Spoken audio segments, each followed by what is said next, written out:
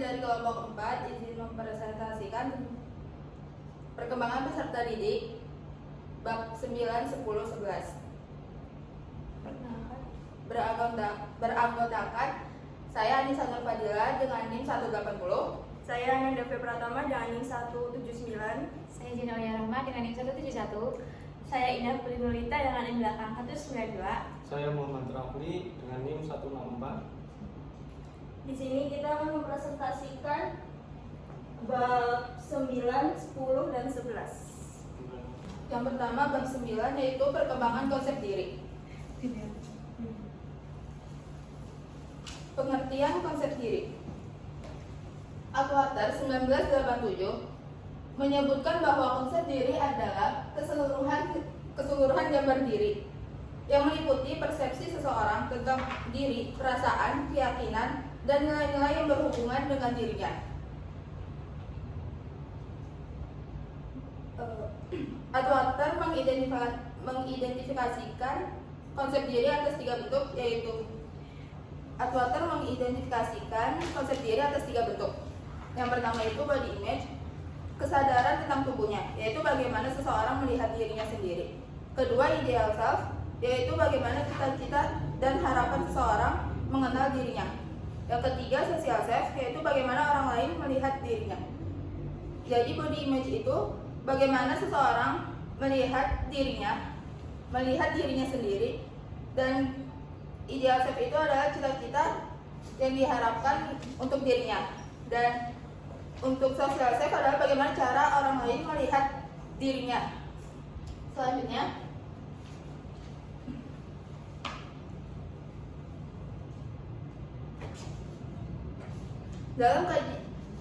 selanjutnya yaitu konsep diri dan harga diri. Dalam kajian psikologi perkembangan sering dijumpai istilah harga diri yaitu self esteem dan istilah konsep diri yaitu self concept. Hal ini sebagaimana dijelaskan oleh Dace dan Kenny 1997. Whereas self concept answer the question who am I? Self esteem answer the question how do I feel about who I am? Self esteem is related to self concept as well definite. Self concept leads to high self esteem, which in turn often leads to successful behavior. Artinya adalah jika konsep diri menjawab pertanyaan siapakah saya, harga diri menjawab pertanyaan bagaimana perasaan saya tentang siapa saya. Harga diri berhubungan dengan konsep diri. Konsep diri yang didefinisikan dengan baik akan menghasilkan harga diri yang tinggi, yang pada gilirannya seringkali menghasilkan perilaku yang sukses. Maksudnya adalah konsep diri itu bagaimana kita melihat dan mendefinisikan diri kita sendiri. Dan harga diri adalah evaluasi kita terhadap diri sendiri berdasarkan konsep diri. Jadi harga diri adalah evaluasi individu terhadap dirinya sendiri secara positif atau negatif, yaitu hasil dari bagaimana cara seseorang menilai dirinya sendiri yang dapat bersifat baik, positif, atau negatif. Contohnya seperti saya merasa saya bisa melakukan pekerjaan ini, itu merupakan harga diri yang positif. Atau saya merasa saya selalu gagal, itu contoh harga diri yang negatif atau buruk. Jadi evaluasi individu tersebut terlihat dari penghargaan yang ia berikan terhadap keberadaan dirinya dan keberhasilan dirinya.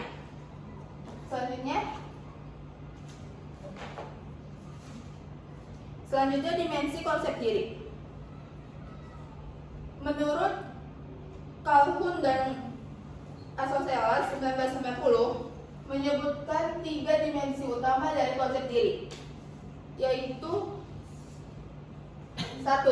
Dimensi pengetahuan, apa yang kita ketahui tentang diri sendiri atau penjelasan dari siapa saya yang akan memberi gambaran tentang diri saya. Gambaran diri itu bisa berupa tentang peran seperti sebagai orang tua, suami atau istri, karyawan, pelajar, atau seterusnya. Misalkan saya sebagai mahasiswa. Dan bisa juga menyebutkan tentang kepribadiannya, seperti jujur, setia, gembira, bersahabat, aktif, dan lain-lain. Selanjutnya tentang harapan. Dimensi harapan merupakan dimensi yang diharapkan atau diri yang dicita-citakan di masa depan. Contohnya seperti atas dambaan, aspirasi, atau keinginan bagi diri kita,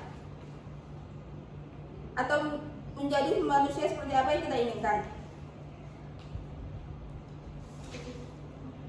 Selanjutnya adalah penilaian. Penilaian itu adalah penilaian diri kita terhadap diri kita sendiri.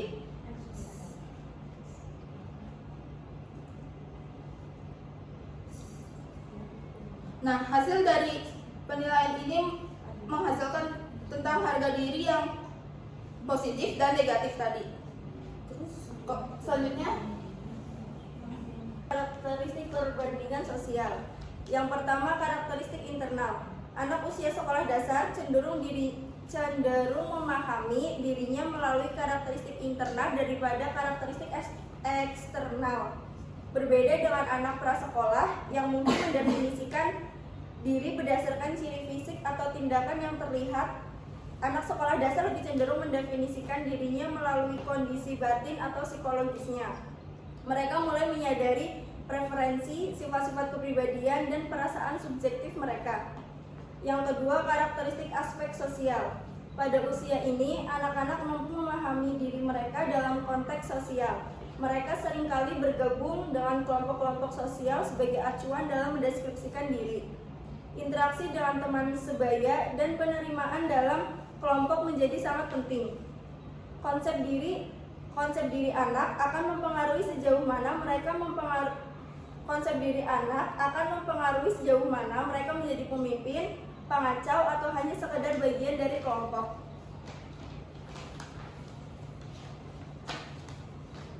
Yang ketiga, karakteristik perbandingan sosial. Anak usia sekolah dasar mulai membandingkan dirinya dengan teman sebayanya. Hal ini mempengaruhi penilaian diri mereka yang secara bertahap menjadi lebih realistis. Mereka mungkin mulai fokus pada bidang-bidang di mana mereka unggul dan kurang memperhatikan bidang-bidang yang sulit bagi mereka. Pada proses perbandingan sosial ini membantu anak mempertahankan harga diri mereka. Singkatnya, pada masa sekolah dasar, konsep diri anak akan menjadi lebih kompleks, bergeser dari fokus eksternal ke 10, yaitu perkembangan kemandirian dan kepercayaan diri serta diri.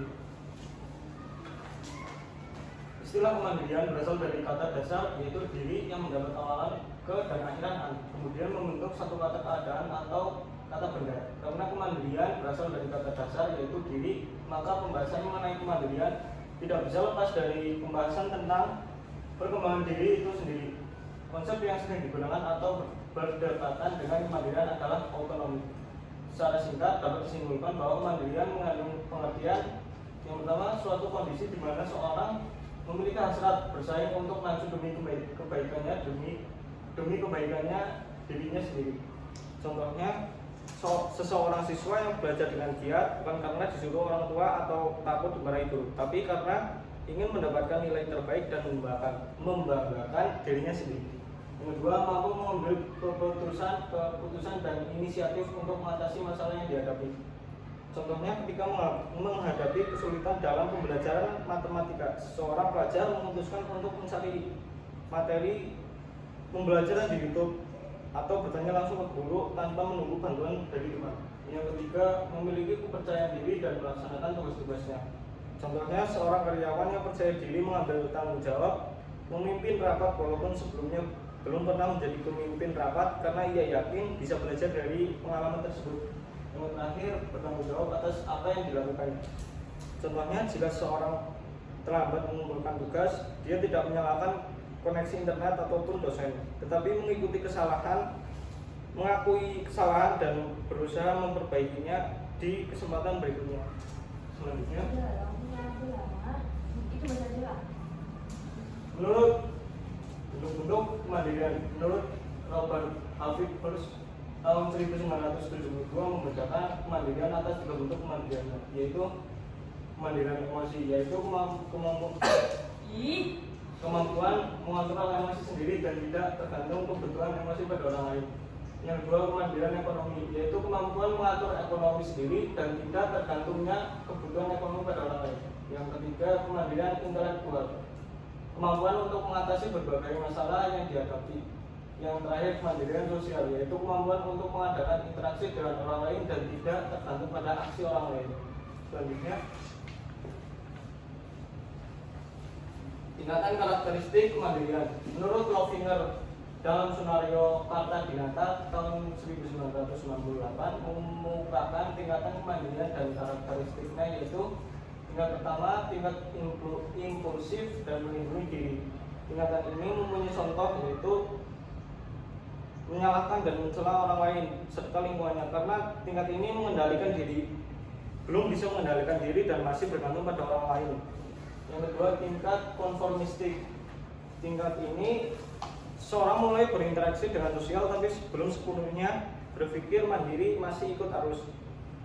Tingkat ketiga, sadar diri. Tingkat ini mulai menyadari perbedaan antara dirinya dan orang lain. Contohnya mahasiswa yang mulai memilih jurusan berdasarkan minat dan bakat, bukan karena tekanan orang tua. Yang keempat, tingkat saksama atau tingkat sesama. Di tahap ini seseorang menjadi lebih bijak mempertimbangkan nilai, dampak, dan tanggung jawab. Contohnya seseorang yang menolak melakukan yang salah meskipun diajak teman. Yang kelima, tingkat individualis. Tingkat individualitas mempunyai contoh, yaitu peduli akan perkembangan dan masalah-masalah sosial. Tingkat terakhir yaitu tingkat mandiri. Tingkat ini mempunyai contoh, yaitu sadar akan adanya saling ketergantungan dengan orang lain. Selanjutnya ada perkembangan kemandirian peserta didik dan implikasinya bagi pendidikan. Yang pertama, upaya-upaya mengembangkan kemandirian peserta didik diantaranya yang pertama, ada pengembangan proses belajar mengajar yang demokratis yang memungkinkan anak merasa dihargai. Yang kedua, mendorong anak untuk berpartisipasi aktif dalam mengembalikan keputusan dan dalam berbagai kegiatan sekolah. Yang ketiga, ada memberikan kebebasan kepada anak untuk mengeksplorasi lingkungan, mendorong rasa ingin tahu mereka. Yang keempat, penerimaan positif tanpa syarat, kelebihan dan kekurangan anak, tidak membeda-bedakan anak satu dengan yang lain. Dan selanjutnya, menjalani hubungan yang harmonis dan akrab dengan anak. Selanjutnya ada aspek-aspek penyesuaian diri. Yang pertama, penyesuaian diri yang sehat dapat dilihat dari aspek kepribadian, yaitu kematangan emosional, kematangan intelektual, dan kematangan sosial tanggung jawab.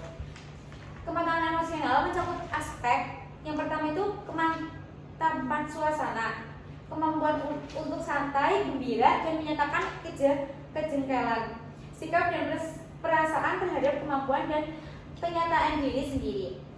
Selanjutnya ada kematangan intelektual, mencakup aspek kemampuan mencapai wawasan diri sendiri, kemampuan memahami orang lain dan keragamannya. Yang ketiga, kemampuan mengambil keputusan dan keterbukaan dalam mengenal lingkungan. Yang selanjutnya ada aspek-aspek penyesuaian diri yang sehat. Kematangan sosial mencakup aspek keterlibatan dalam berpartisipasi sosial, keadilan kerjasama, kemampuan kepemimpinan, sikap toleransi, dan keakraban dalam pergaulan. Tanggung jawab mencakup aspek-aspek yang sikap produktif dalam mengembangkan diri, melakukan perencanaan melaksanakannya secara fleksibel, sikap altruisme, empati, bersahabat dalam hubungan interpersonal, kesadaran akan etika dan hidup jujur, dan melihat perilaku dari segi konsekuensi atas dasar. Yang terakhir ada faktor-faktor yang mempengaruhi penyesuaian diri. Penyesuaian diri pada prinsipnya adalah suatu proses yang mencakup respons mental dan tingkat laku. Dengan mana individu berusaha untuk dapat berhasil mengatasi kebutuhan dalam dirinya, ketegangan, konflik dan frustasi yang dialaminya sehingga terwujudnya tingkat keselaraan atau harmoni antara tuntunan diri dalam diri dengan apa yang diharapkan oleh lingkungan di mana ia tinggal. Selanjutnya di sini saya jelaskan tentang bab 11, perkembangan resiliensi peserta didik. Untuk ciri-cirinya dan faktor-faktor resiliensi. Menurut Belta 1991, seorang yang resilient memiliki 4 sifat umum, yaitu yang pertama adalah sosial kompetensi atau kompetensi sosial. Ini ya maksudnya. Iya sih nggak mau. Aneh sih coba. Mundur. Tunggu mundur. Sana Inggris dulu nggak sih? Ini. Kok duduk ke situ? Lah. Lah mana emang? Aku nggak ada. Ya gimana lah? Bisa lagi ya, bisa lagi. Indikasi perkembangan konsep diri peserta didik terhadap pendidikan. Beberapa strategi yang mungkin dapat dilakukan guru dalam memahami dan meningkatkan konsep diri peserta didik yaitu yang pertama, membuat siswa merasa mendapat dukungan dari guru. Misalnya, berikan perhatian individual, kenali setiap siswa secara pribadi. Yang kedua, membuat siswa merasa tanggung jawab. Misalnya, ajarkan konsekuensi. Bantu siswa memahami bahwa tindakan mereka memiliki konsekuensi baik positif maupun negatif dan mereka bertanggung jawab atas pilihannya sendiri. Yang ketiga, membuat siswa merasa mampu. Misalnya fokus pada proses bukan hanya pada hasilnya. Ajarkan siswa untuk menghargai proses belajar dan berusaha bukan hanya hasil akhir. Selanjutnya yaitu mengarahkan siswa untuk mencapai tujuan yang realistis. Misalnya, bantu siswa menerapkan tujuan yang SMART, specific, measurable, achievable, relevant, time bound. Arahkan mereka untuk menetapkan tujuan yang jelas, terukur, dapat dicapai, relevan dengan minat, dan memiliki batas waktu. Selanjutnya yaitu membantu siswa menilai diri mereka secara realistis. Misalnya, fokus pada perilaku atau hasil yang dapat diubah daripada menyerang karakter siswa. Contohnya, siswa sedang mewarnai. Kita tuh harus memuji, bukan langsung bilang jelek.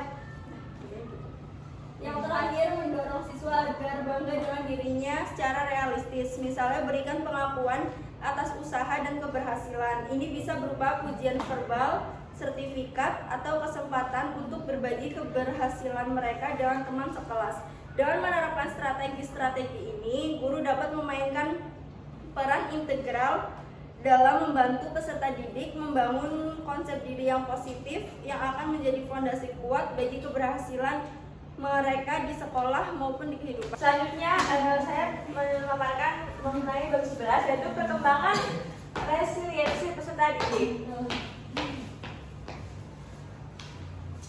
Nah, pengertian resiliensi. Welta 2003 mendefinisikan resiliensi sebagai the capacity to spring back, rebound successfully, adapt in the face of adversity and develop social, academic, and vocational competence despite exposure to severe stress or simply to the stress that in today's world. Yang artinya, menurut Welta 2003, resiliensi adalah kemampuan seseorang untuk bangkit kembali dan menyesuaikan diri secara positif ketika menghadapi kesulitan atau tekanan. Bahkan dalam menyesuaikan diri secara situasi yang sangat berat sekalipun, seorang yang resilient tetap bisa berkembang dan menunjukkan kompetensi baik secara sosial, akademik, maupun dalam dunia kerja. Contohnya dalam kehidupan anak SD, seorang anak kelas 4 misalkan namanya Rani mendapat nilai matematika yang rendah saat ujian. Nah, tanda resiliensi prosesnya itu awalnya tuh ia sedih, tetapi ia minta bantuan gurunya untuk belajar lebih giat. Nah, itu tuh ia membuat jadwal belajar baru dan ikut les tambahan. Di ujian berikutnya nilainya meningkat. Nah, untuk penjelasannya ini menunjukkan bahwa Rani mampu bangkit dan menyesuaikan diri untuk menghadapi tantangan akademik. Selanjutnya, untuk ciri-ciri dan faktor-faktor resiliensi. Menurut Bernard 1991, seorang yang resilient memiliki 4 elemen umum, yaitu yang pertama adalah social competence atau kompetensi sosial. Social competence atau kompetensi sosial itu kayak kemampuan anak untuk berinteraksi dengan orang lain secara efektif. Anak yang memiliki kompetensi sosial itu tahu bagaimana berkomunikasi dengan baik, bekerja sama, memahami perasaan orang lain atau empati, dan menyelesaikan konflik secara positif. Contohnya, anak yang mampu menyelesaikan perselisihan dengan temannya tanpa marah-marah atau kekerasan, tapi dengan bicara baik-baik dan mencari solusinya. Yang kedua ada problem solving skills atau metacognition atau keterampilan pemecahan masalah atau metacognitive. Penjelasannya di sini tuh problem solving skills itu kemampuan anak untuk berpikir kritis dan menyelesaikan masalah secara mandiri. Metakognisi berarti anak juga bisa mengenali cara berpikirnya sendiri. Misalnya tahu kapan harus minta bantuan, kapan harus mencoba sendiri, atau kapan harus mengubah strategi. Contohnya, saat gagal mengerjakan matematika, anak mencoba cara lain atau bertanya guru, bukannya langsung menyerah. Yang ketiga ada autonomi atau otonomi. Untuk penjelasannya, anak yang otonom itu punya rasa percaya diri dan bisa membuat keputusan sendiri. Mereka tidak terlalu bergantung kepada orang lain dan punya nilai pendirian sendiri, meskipun tetap menghargai orang lain. Contohnya, seorang anak yang berani mengatakan tidak saat diajak temannya melakukan hal yang salah seperti menyontek dan atau mengajak teman lain. Yang keempat adalah a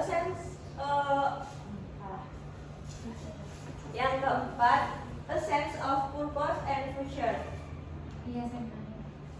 Yang atau kesadaran akan tujuan masa depan. Nah, penjelasannya tuh anak yang resilient punya harapan dan tujuan hidup. Mereka percaya bahwa masa depan bisa lebih baik dan punya semangat untuk terus belajar dan berkembang di masa depannya. Contohnya, anak yang berkata, aku mau jadi guru seperti bu guru, jadi aku harus rajin belajar meskipun di rumah tuh banyak tantangannya. Selanjutnya ada upaya dan pengembangan resiliensi peserta didik dan implikasinya terhadap pendidikan. Jadi dijelaskan ini kan ada gambar roda resiliensi. Nah, untuk gambar yang pertama itu tahap 1 ada interest bonding. Tahap dalam membangun resiliensi siswa di sekolah adalah dengan memperkuat hubungan-hubungan relationship. Tahap ini meliputi peningkatan hubungan di antara individu dan pribadi profesional. Hal ini penting karena fakta menunjukkan bahwa siswa yang memiliki relasi atau keterikatan yang positif jauh lebih mampu menghindari perilaku beresiko dibandingkan dengan siswa yang tidak memiliki keterikatan. Tahap 2 yaitu ada set clear and consistent boundaries. Tahap kedua ini dalam membangun resiliensi siswa di sekolah adalah dengan menjelaskan dan menjaga konsistensi dari batasan-batasan atau peraturan-peraturan yang berlaku di sekolah. Tahap ini meliputi pengembangan dan implementasi kebijakan sekolah dan prosedur pelaksanaannya secara konsisten, serta menyampaikannya kepada siswa sehingga mereka mendapat gambaran yang jelas tentang harapan-harapan tingkah laku yang harus mereka penuhi. Selanjutnya tahap 3, teach life skills. Tahap 3 ini pembangunan resiliensi siswa di sekolah adalah mengajarkan keterampilan-keterampilan hidup. Teach life skills yang meliputi kerjasama, resolusi konflik secara sehat, resistensi, keterampilan berkomunikasi, keterampilan memecahkan masalah, dan pengambilan keputusan serta manajemen stres yang sehat. Tahap selanjutnya tahap 4 yaitu ada profit, caring, and support. Tahap 4 sampai tahap 6 itu merupakan tahapan pengembangan resiliensi dalam the resiliency wheel yang termasuk dalam kelompok building resiliency. Tahap 4 ini meliputi pemberian penghargaan, perhatian, dan dorongan yang positif. Tahap ini merupakan tahap yang sangat kritis dari semua tahap pengembangan resiliensi yang ada dalam The Resiliency Wheel. Tahap 5, set and communicate high expectations. Tahap kelima ini adalah perkembangan resiliensi siswa di sekolah memberikan atau menyampaikan harapan yang tinggi. Tahap ini secara konsisten ditemui dalam literatur resiliensi dan riset tentang keberhasilan akademis. Selanjutnya ada tahap terakhir yaitu ada profit opportunities for meaningful participation. Strategi keenam ini yang terakhir itu dapat digunakan dalam upaya membantu perkembangan resiliensi siswa di sekolah adalah dengan memberikan tanggung jawab dan kesempatan untuk berpartisipasi aktif seperti kesempatan untuk memecahkan masalah, mengambil keputusan, perencanaan, bekerja sama, dan menolong orang lain. Siswa itu diperlukan sebagai individu yang bertanggung jawab, mengizinkan mereka untuk berpartisipasi dalam semua aspek fungsi sekolah. Baik, sekian dari kelompok 4. Terima kasih atas perhatiannya. Wassalamualaikum warahmatullahi wabarakatuh.